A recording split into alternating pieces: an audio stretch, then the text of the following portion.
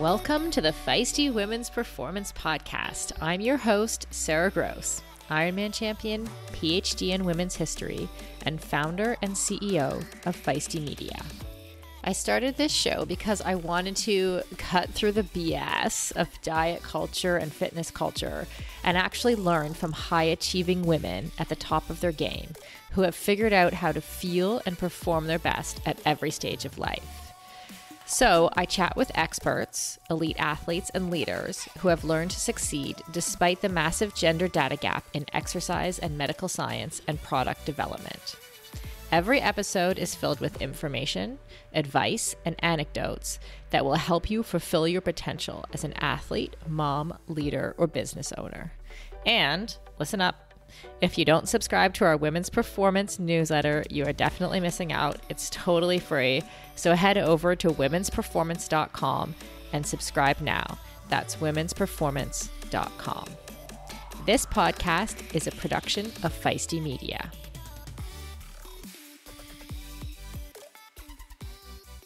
Hi, everyone. Thank you for tuning in wherever you are to the podcast this week.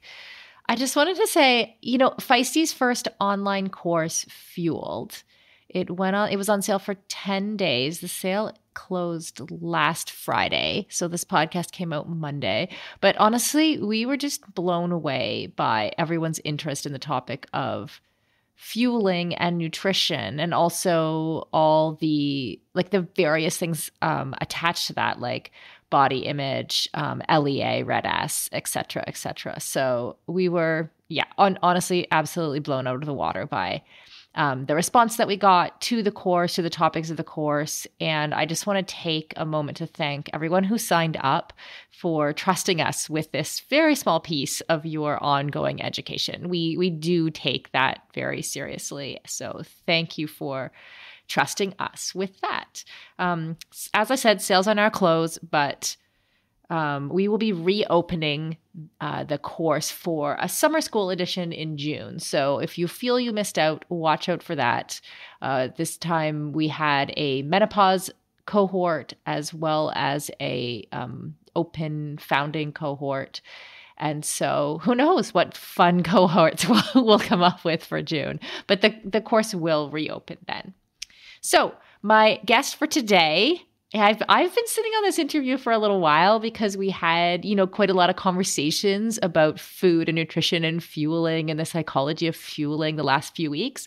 And so I am very excited to finally be presenting my conversation with Ashley Brown today. So Dr. Ashley Brown, I should say. Ashley, we went out, and Millie, who used to be the producer with us here at Feisty, she went out and tried to find someone who was really informed about the intersection between women's history and Black women's history in sport. And we found Ashley. So Ashley is an assistant professor and Allan H. Selig Chair in the history of sport and society at the University of Wisconsin-Madison. Her research and teaching focus on African American history, women's history, and the history of sport. Ashley believes that sport is intrinsic to American culture and history, carrying the potential to initiate critical discussions about race, gender, mass culture, and media, and labor. She is also the author of the recent book, Serving Herself: The Life and Times of Althea Gibson. Based on extensive archival work and oral histories, Serving Herself sets Gibson's life and choices against the backdrop of the Great Migration, Jim Crow racism, the integration of American sports, the Civil Rights Movement, the Cold War, and second wave feminism. I'm a total history lover, but even if you aren't, once you understand the barriers that Althea faced and how she overcame those barriers, you can't help but be inspired. I also learned a ton from Ashley's insights on Althea's personality traits that created her success. Talking to Ashley, I honestly felt like I was sort of sitting at the feet of a woman with great wisdom. She did not love to talk about herself, but she has clearly spent loads of time learning from other people, both in present times and in history. And we actually stayed on the call and talked for like 30 minutes after we finished the interview. That is how much I enjoyed talking to her. So I hope that you also really enjoyed this conversation.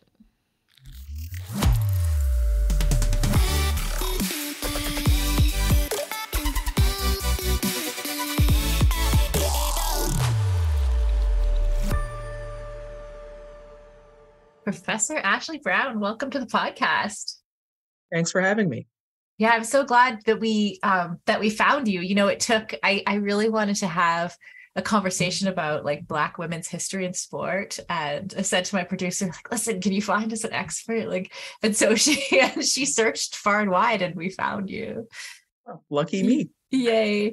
Okay, so I read in your bio earlier when I was going through things that you believe that sport is intrinsic to American culture and history, which I strongly believe in, and that it carries the potential to initiate critical discussions about race, about gender, about culture and media and labor.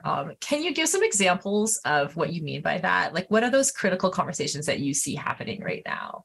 Well, that's a part of my faculty bio, and I certainly try to carry out those ideas in the work that I do with my students. So, as your listeners may or may not know, I'm a professor, assistant professor of history at the University of Wisconsin-Madison. And I teach courses in African American history, women's history, and the history of sport. And I find myself really excited when I have these opportunities to, I think, open students' eyes to stories about the United States that they're maybe not expecting to hear or to learn in a course that has sports in the title. So they might think about Jackie Robinson, for example, as the first Black man to play Major League Baseball. They most likely know that. They've seen 42, but they might not think about Jackie Robinson's life away from baseball. And so, for example, the struggles that he and his wife had in finding a home, securing property to build a home in Connecticut and in the New York region. And so then that lets me tell them stories about, well, the history of African Americans and issues of housing discrimination, for example. Or when we think about the struggles of African American athletes on their teams, well, these are African Americans, like so many millions others, who faced employment discrimination, or members of the Great Migration, for example, that those stories, they relate to African Americans broadly, but I can teach them that history by getting them to focus on the athletes that we're discussing regularly. Interesting. So can you unpack that for me just a little bit? Like, what would have been the struggle? I think that I would share that same assumption or whatever that your students might have, that like, if you're a celebrity and you're playing baseball, then you shouldn't have trouble purchasing property. That's the thing, right? And it's one of the things that fascinates me about Althea Gibson's story, the idea that you could have someone who was internationally known, who for a time in the 1950s was one of the most famous women in the world, but she was also a subject of Jim Crow. And this was her experience. It was the experience of Jackie Robinson and any number of other, not just athletes, but also famous Black entertainers, that people could enjoy their movies. They could love listening to their albums. They would show up at their games or at in Gibson's case, their tennis matches. But away from the spotlight, away from the playing arena, they were having the same difficulties and challenges that African Americans who were not famous and were not wealthy, the same experiences that those folks were having. Despite having like a relative, I mean, I'm not even sure about this, but despite having a relatively higher amount of wealth, say, than like, or yeah, is that the case?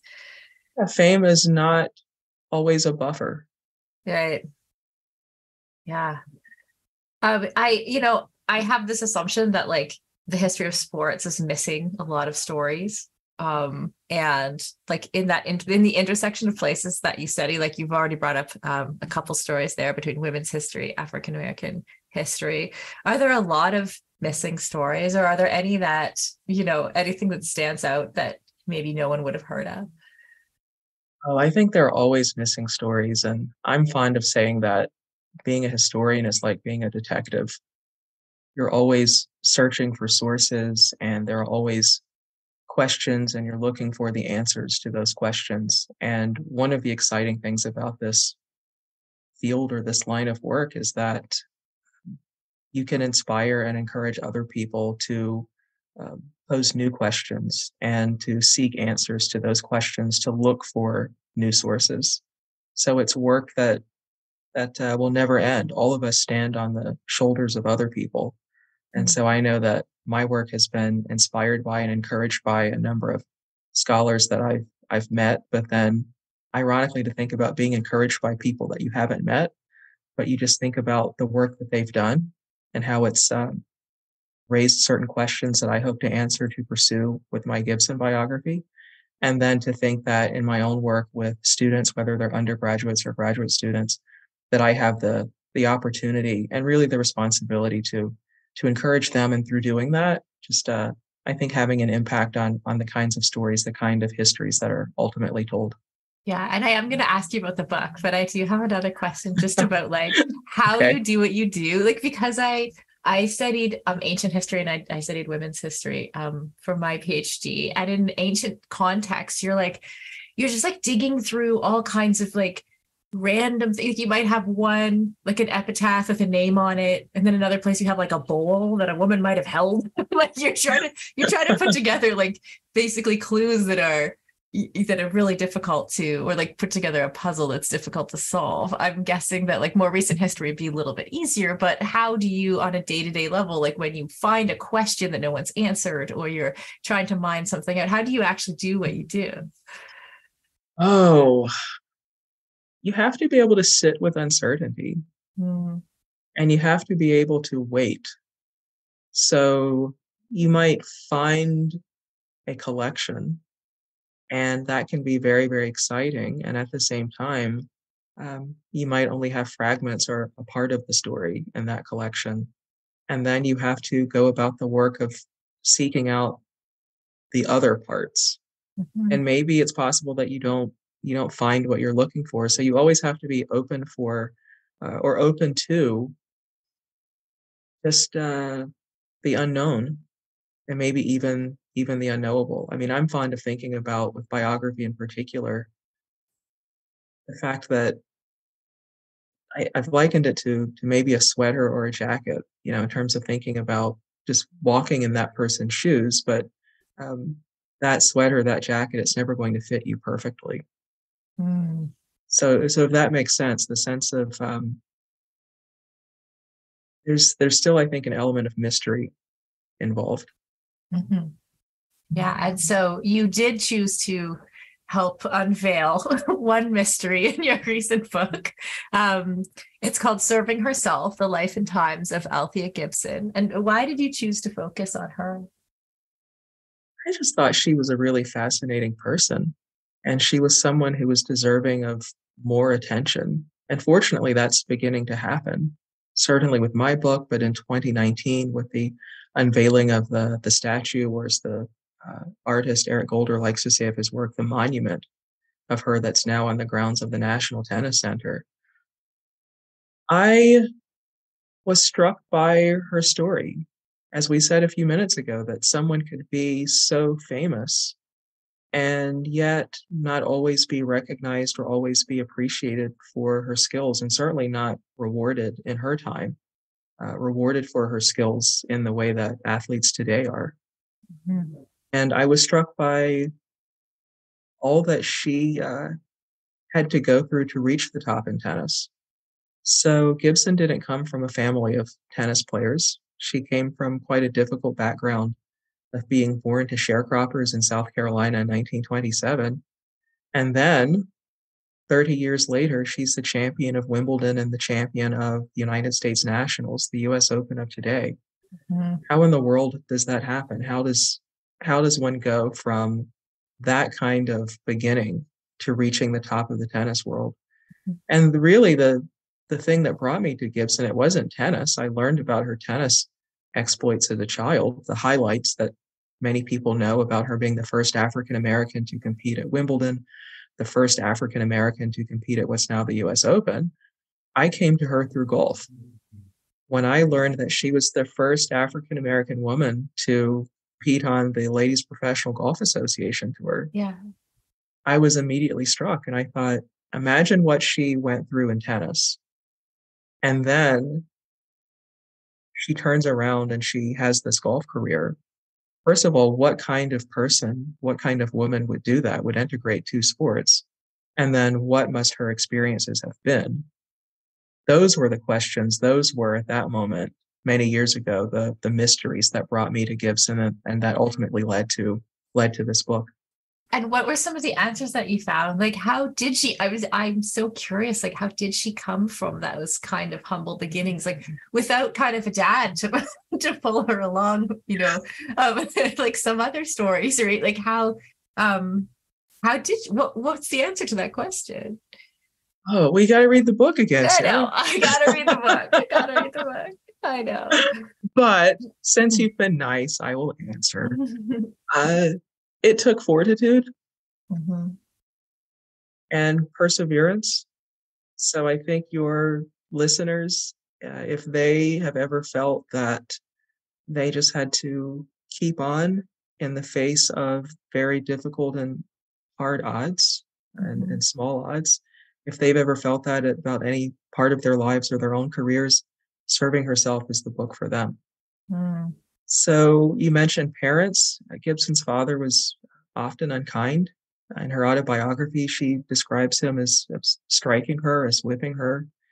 She effectively ran away from home and dropped out of school when she was around 14, and said in later years that really from the time she was 14 on, she was on her own.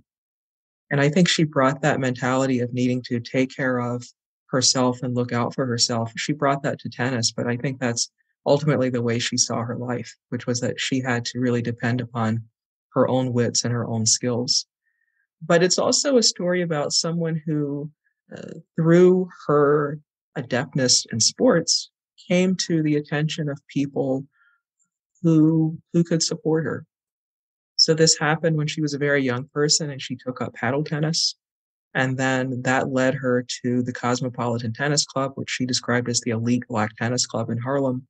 And a group of African Americans there saw her abilities, and they were certainly interested in having bragging rights within their African American tennis community. So they supported her. Two of those members, her first tennis coach, Fred Johnson, and a member of the club, Rhoda Smith, I think they also saw her beyond her athletic abilities as just a young person who needed help and who needed support. Mm-hmm. And then within a few years, by 1946, she came to the attention of two doctors, Dr. Hubert A. Eaton Sr. and Dr. Robert Walter Johnson, who saw a few things in her. They saw her as, again, a young person who needed support, but they also saw her as having the skills, the potential to help them achieve their goal, their dream of breaking down the color barrier that surrounded tennis and that kept African Americans out of the elite American and international tournaments. Mm-hmm. Yeah, I watched a couple of videos this morning and she certainly was like formidable. She was speaking and like, I want to just hear you continue to talk. And I wonder if that was like, if she was older in the video that I'm thinking of in particular, but like, oh, I wonder if that kind of drew people in, because when I asked that question, I expected you to tell me personal characteristics that pushed her forward, but instead you talked about the support that she found along the way, which is kind of interesting. And maybe that's like the both and, right? Where it's like, I think it was the combination. It was her fortitude and her belief in herself, and also the support that she received as a young person. And she said in an interview that she gave to Time magazine, it was actually the cover story. So she was on the cover of Time magazine for one of their issues for August of 1957. This was after she won Wimbledon and just before she won the U.S. Nationals. She said that it doesn't matter who you are and all the things that you achieve, there's someone there who helps you along the way. And looking back on her life in the 1970s, Gibson said many times that she felt that she was fortunate that when she was younger, there were people there who saw that she had potential and they reached out to help her. Yeah. Were there things about that you found about her that you found out as you were doing your study that surprised you? I think I was surprised by how much I uncovered that changed perceptions of her as this person who so many other people had characterized as never saying anything related to social matters or issues of social justice. I like to think that there was the Gibson of the 1950s, but there was also, and unfortunately, I think for many people, she's remained in that frame. But I think there was the Gibson of the 1950s who was carrying out her tennis career and he was deeply competitive, seeking to win those titles, not as the first African American, but as Althea Gibson, who wanted to win and to be the best. And then there's the Gibson of the 1960s and beyond. So when she took up tennis, she made a point of saying, well, no, she felt that her presence in tennis might be able to, or pardon me, her presence in golf might be able to inspire more African American women to play and take up the game. And she recognized that she was playing golf at an advanced age. Many of the women on the LPGA circuit at that time, they were somewhere in their late teens or they were in their 20s. She was in her 30s and Mhm. taking on this second sport. And she felt that it's possible that golfers, no matter their background, but of advanced years, that they might be inspired by seeing her, someone in her 30s and later her 40s, playing the game of golf. Mhm. So there was that part of Gibson. Also, no one had talked about her interest in Title IX or women's rights in the 1970s. And in the 1960s and the 1970s, when she made speeches for various reasons, she wasn't necessarily speaking in the vein, say, of Martin Luther King, for example, for civil rights. But she was speaking to predominantly African American audiences, many of them very young kids, teenagers, and encouraging them to stay in school, to do the very best that they could in school so that they would have options and opportunities in life. So I like to think of that part of Gibson's life as not Gibson as an activist, but Gibson as an advocate for causes that she believed in. It's really interesting. I think and I'm so curious what you think about this, that like in observing sometimes the first person that enters a new space, like whether that's like the first woman in a certain job or the first African American, or and Anthea was certainly like an intersection of a lot of different firsts, right? That they're like that often they're just doing their thing, you know, and then happen to be the first, and then it comes later, like all of the sort of political social outcomes of what they've done. Is that's just me observing the world? Is that, do you find that to be true in your work? I think she definitely just wanted to win and to be the best. And she wanted to do that without the pressure of being a representative or being a symbol. Hmm. And she recognized the pressure that came along with being the first. And I think this is one of the reasons that she didn't really like being compared with Jackie Robinson. She didn't like being called the Jackie Robinson of tennis. And I think one of the reasons for this was the fact that she knew that Robinson approached his baseball career as an opportunity to excel. He could excel in his own right, and in doing so, actually deliberately, his success could then open doors and change perceptions of African Americans and open Mhm. doors for them in any number of other industries and walks of life. And then we know, of course, after his baseball career, um, he had begun the activist work and was doing that when he played baseball, but it really took off and he continued to do more after he left the game. Um, that was not a part of Gibson's plan. And again, it's not to say that she didn't have ideas about social matters. It's not to say that she never spoke those ideas. It's that she wanted to have her career and she wanted to challenge herself and reach the top first and foremost as Althea Gibson. Mhm. That makes sense. Do you think that there's something special about tennis? that kind of allowed that space for Gibson to thrive? I think just the fact that it existed. Right. And I don't mean that flippantly. The fact is, there were just so few opportunities for women to have the national stage, the national spotlight in sports, and tennis gave that to them. Mm-hmm. Now, the other side of this is the fact that it was amateur tennis, so she wasn't making any money. None of the women were. But tennis was actively, it's an old game that goes back to the Middle Ages, but the lawn tennis that we think of today as having its origins um, in the United Kingdom, England, Wales in the 1870s, and then members of the American elite become enamored with it, and you've got the founding of the USLTA in 1881. And so it was a game that was there, and it was regarded as acceptable for women in a way that other sports were not.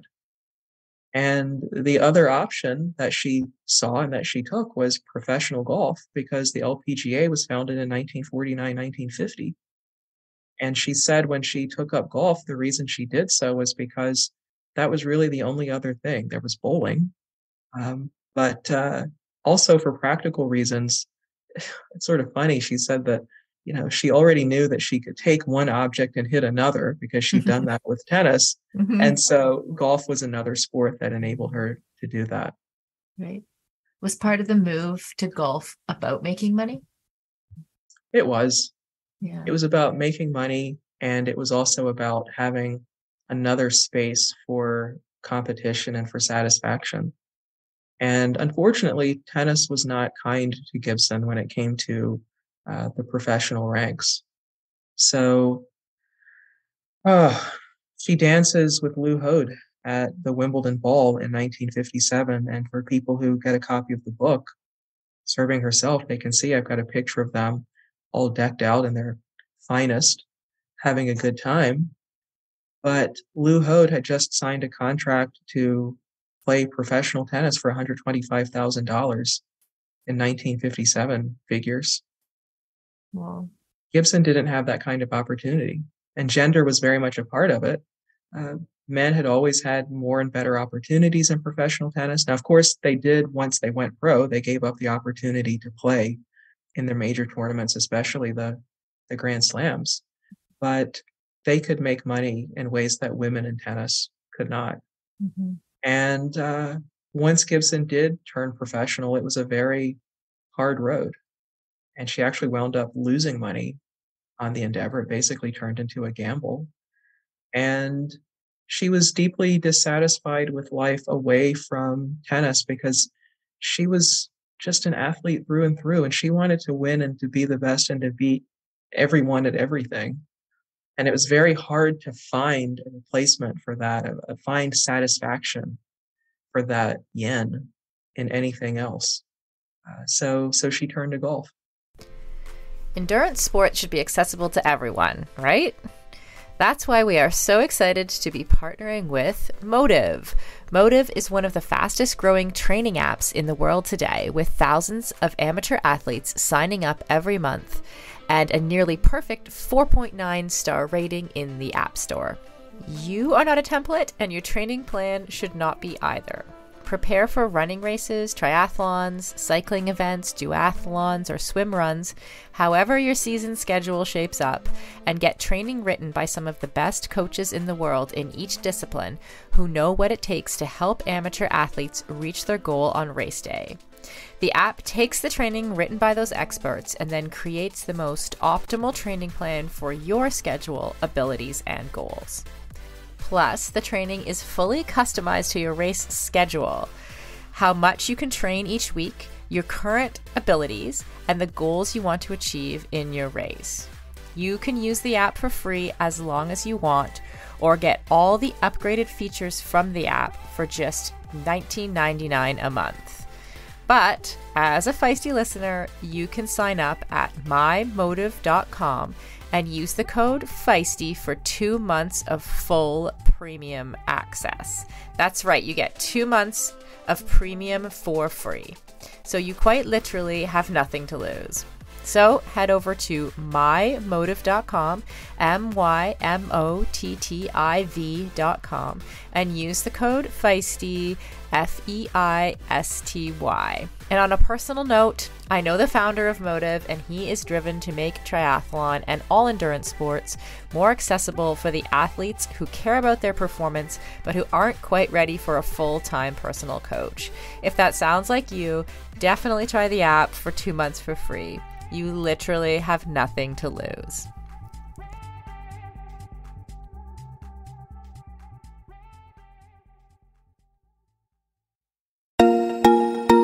As a lifelong runner and triathlete turned CrossFitter, I am stoked to announce that the athletic eyewear brand Tifosi Optics has joined us as a partner here at Feisty Media. Tifosi sports glasses hit all the marks for athletes. They're shatterproof polybicarbonate, so the lenses not only reduce glare, but also offer scratch resistance, which I 100% need. They stay in place when you are moving. The hydrophilic rubber nose pads actually get more grippy the more you sweat, so they are secure and don't slide down your face even when you're running in hot conditions. No matter what sport you do, Tifosi has shades for you. Whether you love tennis, fishing, pickleball, running, cycling, or just hanging out on the beach. They are super reasonably priced, which I love, so I can have multiple pairs that go with any outfit. And of course, Feisty listeners get a special discount. So head on over to tifosioptics.com and use the code FM20. FM as in Feisty Media to get 20% off your order.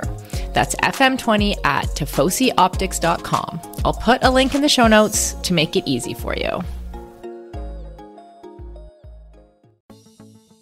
Building muscle can be tough, and gains can be so slow, even for those of us who do a lot of strength training.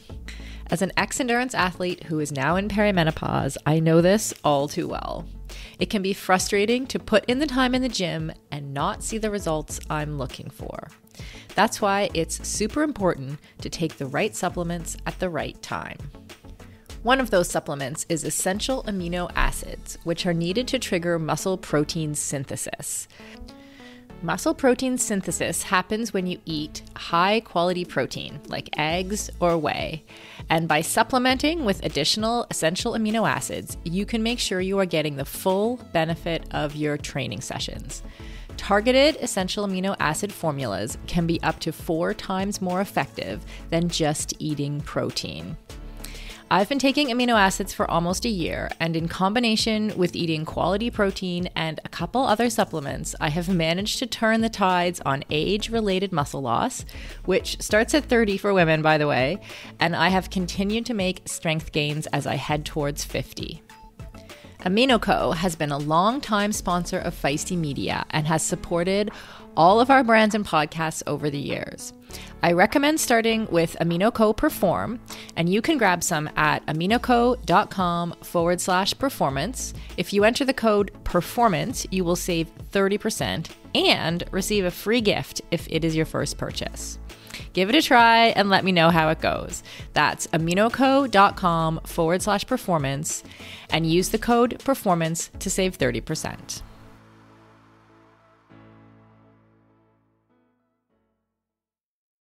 What did you personally learn during your journey of writing? Oh, I think I learned lessons in fortitude. Oh, yeah. Is that from Gibson herself kind of thing? Or in the writing itself? Well, I'd like to think that I had some of that already, whether it's the combination of innately, but I'm also a big believer in how we just learn, right? And we grow and we adapt. And when we don't succeed, if we keep going, we ultimately figure things out. I'm a big believer in that. Mm-hmm. But I just learned so much about her dedication to tennis and how, one of her mentors, it was Dr. Eaton, said that she put untold hours into her game. Mm-hmm. He said that after she won Wimbledon for the first time. And that meant going out and practicing, most likely even when she didn't really want to. Mhm. And it meant finding a way and finding the time and making the time and setting up the circumstances so that she could get better. And so just from the perspective of writing, and maybe this is a good point for your listeners to think about if they are writers or really for anything that anyone wants to do, you're not always going to feel like making that trip to the archive or to whatever library it is. And maybe you don't feel like sitting behind your desk, but make the time. Ultimately, it will be worth it. And no matter how small it seems, the accomplishment for that day is, you've got it, you've done it. And that's doing that it will put you one step closer to your ultimate goal. Yeah, I think we talk about this a lot on the show. Like, I think there's a tension kind of in the zeitgeist right now between this kind of focus that we have in the health and wellness world around balance, and that's important, right? About finding a place to renew yourself so you can continue on. But then also that kind of the fact that we do know that a lot of folks who are extremely successful are so because they have put in, I love this phrase, untold hours, So how would you say that Gibson struck that balance? And I'm also curious about you and how you struck that balance with your writing process too. I always prefer to talk about Althea. I can tell. How did she do it? It helped that she was so passionate about the things that she did. I don't think she ever did anything half-heartedly. So even when she decided she wanted to have a singing career, she was all in. And one of the things that I admire about her, and certainly one of the things that I think I learned from her, or something that perhaps I enhanced over the years, was this belief, I think, in keeping the desire I think of as warm. Don't let it go cold. So even before she had the opportunity to cut first test albums and then to make the actual record that became Althea Gibson Sings, she would sing on the tennis circuit. So when she was abroad, for example, and the tennis players were all together, they might go to a nightclub or to some hotel that had a band and a stage, and she would sing. When she always loved music. So when she was in high school, things didn't work out with the choir. So she gave up the choir, but she joined a small jazz combo. So in terms of just the practicality of anything that we do, make the time, carve it out. That's the way to keep the dream, the project, to keep it warm, always to keep it in your sights. Yeah, I'm inspired hearing this. Oh, great. Yeah. Yeah, it's just like, even just I did read about the music piece, and it's like, just hearing that, it's like, okay, that she's successful or tried wholeheartedly to do so many different things, right? And sometimes actually, like, the level of success doesn't really matter. It's the wholeheartedness that feels like it really matters. And she had her ups and downs. So there were times when we'll say she let things go cold. So the opposite of this warmth that I keep talking about. One of the downturns in her life happened in the middle 1950s. After she earned her degree in physical education at college, she took a job for 2 years at a college in Missouri, in Jefferson City. And that was a difficult period because she was in the Midwest, which is a fine place to be, but that wasn't the heart. It wasn't anywhere close to the heart of the tennis circuit. So she found herself playing less frequently. She found her skills, because she wasn't practicing as much, she found them, deteriorating. But she also found that she wanted to have that career again. And so she ultimately left and decided to give herself another chance, to give herself the opportunity to have the career that ultimately she's now known for, with the 5 Grand Slam singles titles and 11 overall across singles, doubles, and mixed doubles. Quite a record. It is incredible. And what are you, coming out the other side of the writing process and everything, like what are the main things that you're hoping folks will learn or take away after reading your book? Oh, I hope they see what a Renaissance woman Althea Gibson was. Tennis player, golfer, singer, actress, public speaker. I hope they see her as a trailblazer. And certainly I'm a historical fan of Jackie Robinson. I just spent 3 days over the course of the last 2 weeks talking with my students about him, and we've had a great time.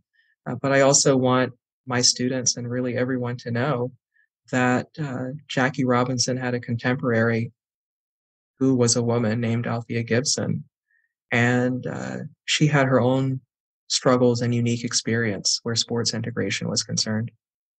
And I hope this book inspires people to pay more attention to the tennis before the Open era, because there are a number of women in the game, Maureen Connolly, uh, someone who supported Gibson, who played long before she did, Alice Marble.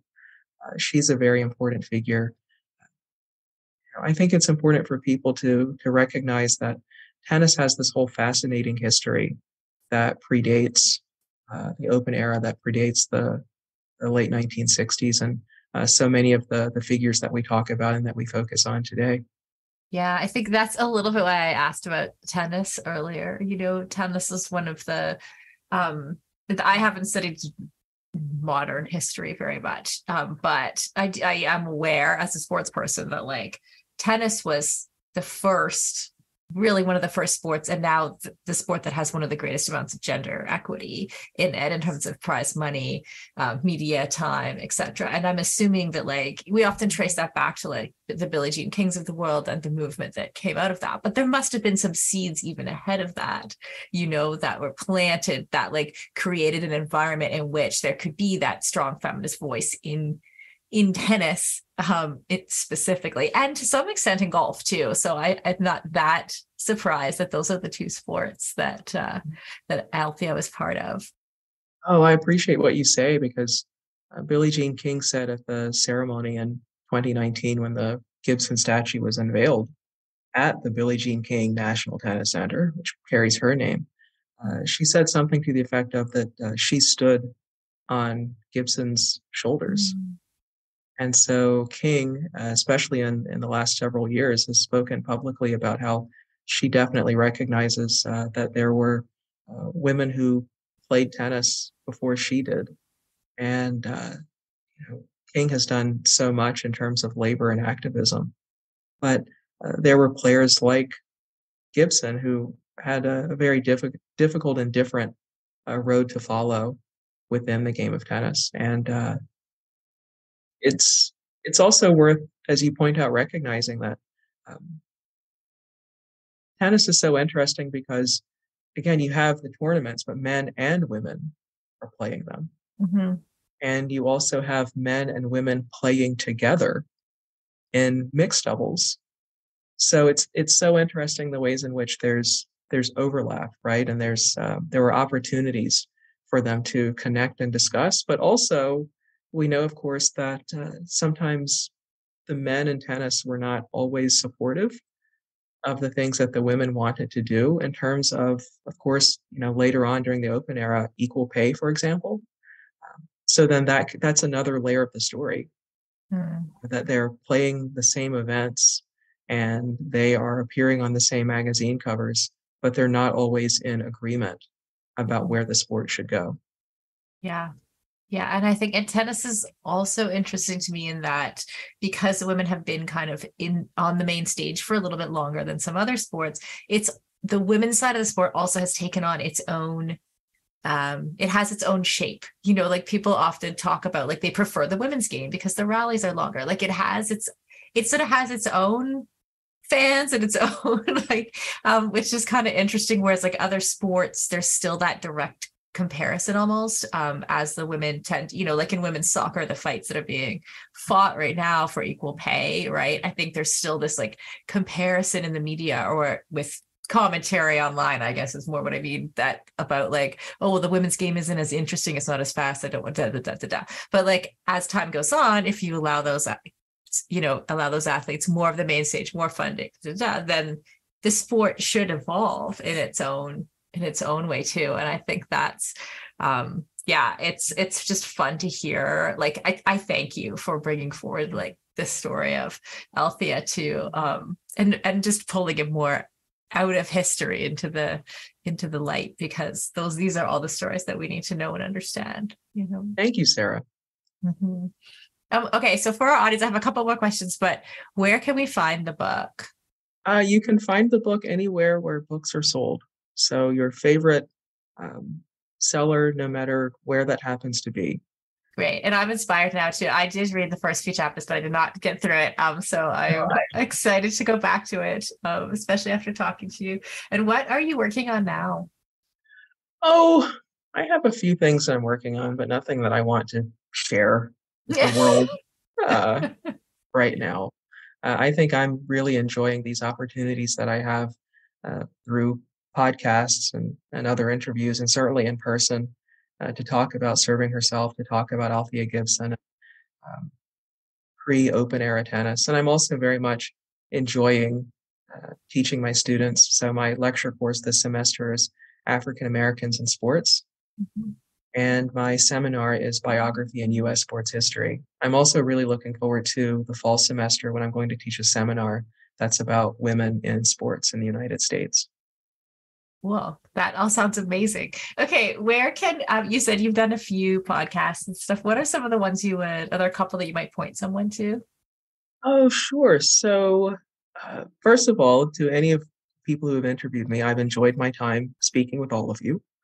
But since you've encouraged me to spotlight something, I would say Doug Doyle for WBGO, which is in Newark, New Jersey. So we did that a few weeks back. And Doug has what we might think of as that natural booming radio voice.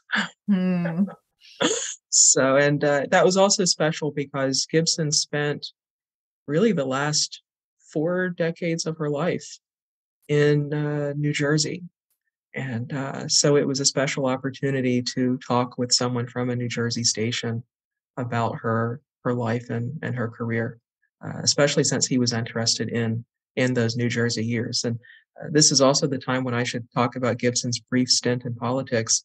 She was the athletics commissioner for the state of New Jersey for a brief period in the 1970s. Wow. She did everything. Yes. And she would tell you that too. That's incredible. Yeah. And I like that too. That's something else that I liked about her. Yeah. Even when people, I hope readers will see this, even when people tried to forget her, or maybe they just didn't know about her, she refused to go away. Mm-hmm. So she creatively found ways to remain in the public eye and to link her playing days with the lives and the players such as Martina Navratilova or Chris Evert, Bobby Riggs, Billie Jean King, in the 1980s Steffi Graf. Mm-hmm. Gibson refused to be forgotten. Right.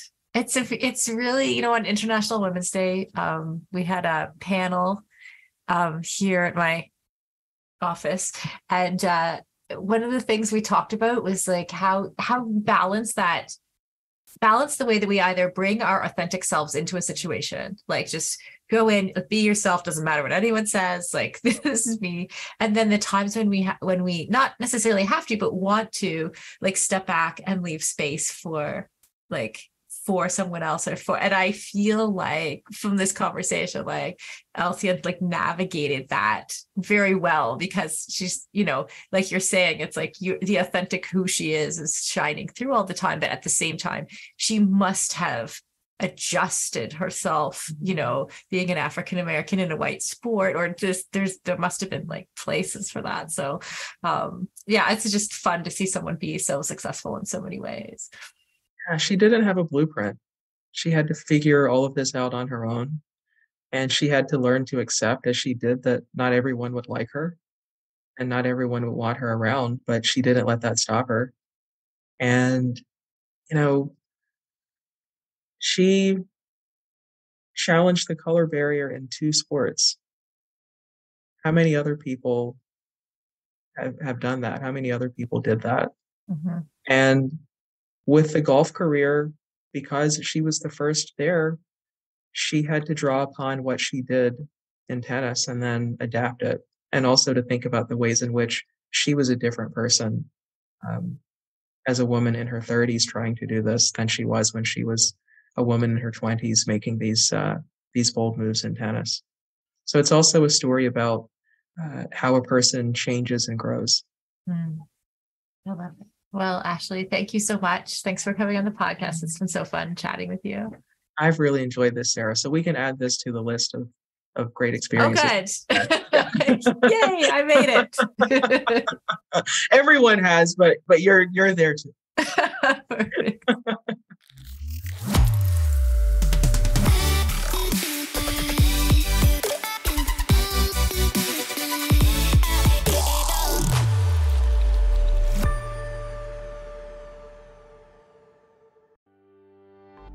As we head into summer, rest and recovery are critical for improving sports performance, reducing stress, and living a long and healthy life. We should all invest in better sleep. So, think about the thing you lay your head on for 8 hours a night. If it's not exactly right for you, it can lead to needless tossing and turning, or worse, have you waking up with an unrelenting kink in your neck. My new Lagoon pillow has helped me improve my sleep immensely by pairing me with the performance pillow that has everything I need. So I personally was matched with the Otter pillow. Shout out to Team Otter, which I love because it has a gentle cooling effect. And I was able to choose how much stuffing I wanted in it, which is super important to me because I'm doing a decent amount of CrossFit these days and my shoulders are kind of creaky. So having a pillow that is stuffed just to the right height keeps my neck and head in exactly the right position and comfortable for the entire night. And as of fall 2023, Lagoon launched their 100% mulberry silk pillowcases. It's cool to the touch, buttery soft, and great for your skin and hair. You've got to go check out this pillowcase if you want to feel great and look great every morning. Waking up for morning workouts has never felt better. I'm refreshed and pain-free thanks to my Lagoon pillow. To check it out for yourself, go to lagoonsleep.com/performance and take the 2-minute sleep quiz to find your perfect pillow match. And then use the code PERFORMANCE for 15% off your first purchase. That's code PERFORMANCE at lagoonsleep.com/performance, whole 15% off, and the link is in the show notes. You can just click through there.